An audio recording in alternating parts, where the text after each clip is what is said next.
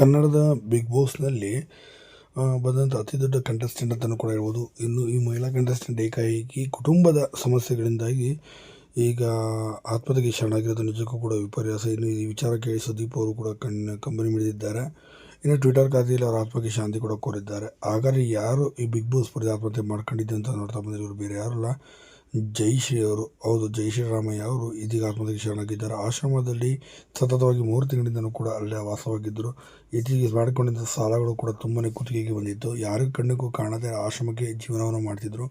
ಈ ಹಿಂದೆನೂ ಕೂಡ ಒಮ್ಮೆ ಆತ್ಮಹತ್ಯೆಗೆ ಕೂಡ ಪ್ರಯತ್ನವನ್ನು ಕೂಡ ಪಟ್ಟಿದ್ದರು. ಆ ಸಮಯದಲ್ಲಿ ಫೇಸ್ಬುಕ್ನಲ್ಲಿ ಹಾಕಿದಂಥ ಪೋಸ್ಟರ್ ನೋಡಿ ಸ್ನೇಹಿತರು ಉಳಿಸಿದರು. ಆದರೆ ಈ ಬಾರಿ ಆತ್ಮಹತ್ಯೆ ಮಾಡ್ಕೊಳ್ಳೋಕೆ 1 ನಿಮಿಷ ಇದ್ದಂಗೆ ಫೇಸ್ಬುಕ್ಕಲ್ಲಿ ಪೋಸ್ಟ್ ಮಾಡಿದ್ರು ಕೂಡ ಈ ಸತಿ ಯಾರು ಬರೋ ಅಷ್ಟೊತ್ತಿಗೆ ಇವರೇ ಕೊನೆಗೆ ಸೆಳೆದಿದ್ರು.